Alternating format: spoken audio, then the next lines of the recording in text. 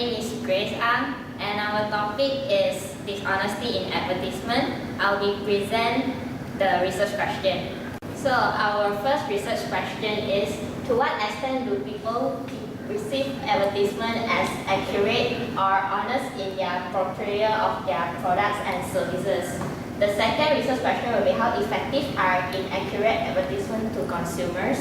The third one will be, what kind of advertisement do consumers feel are most inaccurate or dishonest? I'm Miss, I'm presenting. I'm Felicia.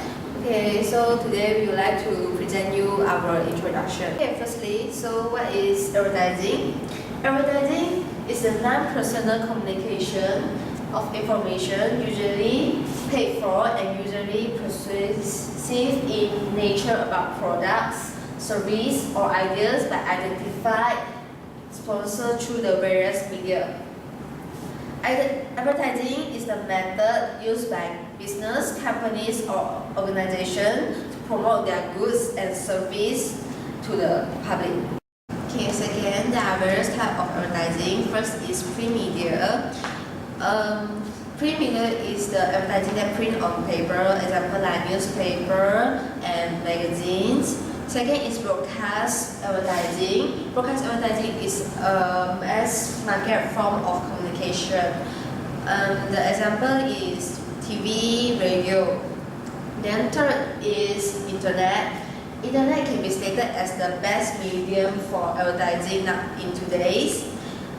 For example, like many brands companies have made fan page of or group of communities on many social networking sites where advertising is looked for new launch and products by the companies are given.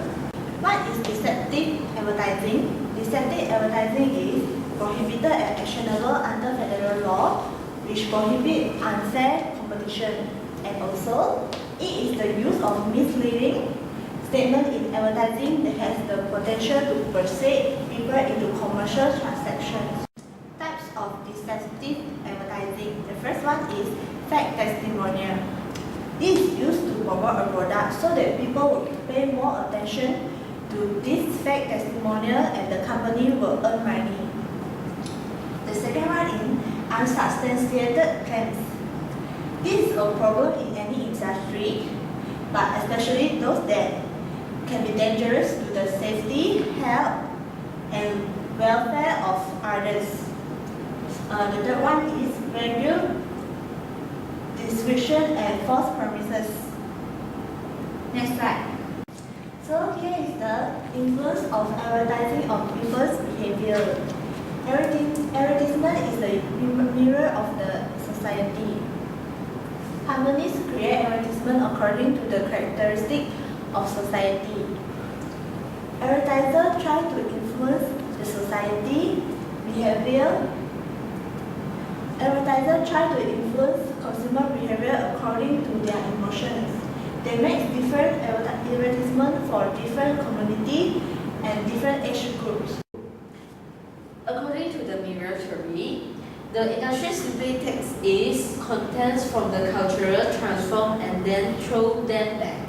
The meaning of image and ideas are infused into image and ideas. The selling function of the advertising message limits what is mirror. Promotion is always positive. Commodities are presented as the root to happiness.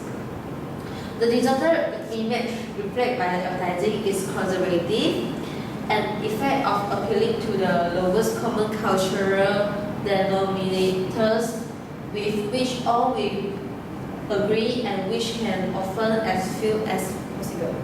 Okay, for the first literature review, the first one was conducted by Zi Hongda and Hong Jia Zhang in 2011. They have conducted a study of Chinese and US consumers' attitudes towards advertising regulation.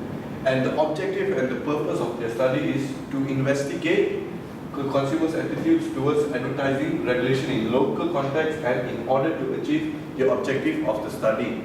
And the result was a pilot study was conducted in the summer of 2008 to test the instrument among 41 Chinese and 39 US consumers of diverse demographics. And Feedbacks from the pilot study were used to revise and improve the questionnaire.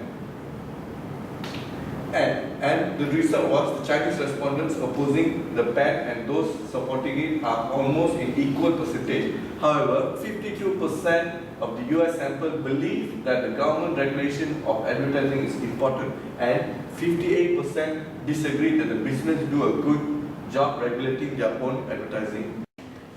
The fifth literature review is that according to Drake and Beijing 2007, the study was formed by indicating that this belief arising from exposure to deceptive advertisement has basically different effects from those identified in previous studies. The main purpose of this study is to analyze the ideas, conducted a series of experiments that manipulated the deceptiveness of an initial advertisement. Advertisement deception not only undermines the credibility of advertising as a whole by making consumers broadly defensive towards future advertising, but also produces effects that are especially long-lasting. Last but not least, the Baron M.J. conducted a study on brand usage and gender as moderators of the potential deception associated with partial comparative advertising, with the purpose to examine the vulnerability of consumers to the potential deceptiveness of advertisement containing comparative claims that name one or more competing brands. The result also showed that female non-users also exhibited the greater sensitivity of any gender or usage group to the advertisement type manipulation, as indicated by the strength of the effect size estimate reported. This study focuses only on examining vulnerability of consumers to the potential of deceptiveness of advertisement containing comparative claims that name one or more competitive brands. My name is Kumar. I'll be talking about the significance of dishonesty of advertising. First, the government would be interested in our studies because the media industry is concerned about the rise of false advertising among society, a problem which has been exaggerated for quite some time. And second, we can find considerable evidence that supports our study. The media industry will be keen to use this information to further improve their advertising efficiency.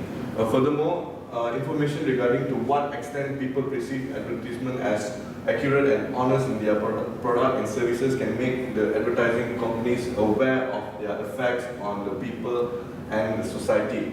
Finally, our study helps the future researchers to understand that the advertising is a method of growing a strong, reputable and recognized brand and to generate and increase brand awareness.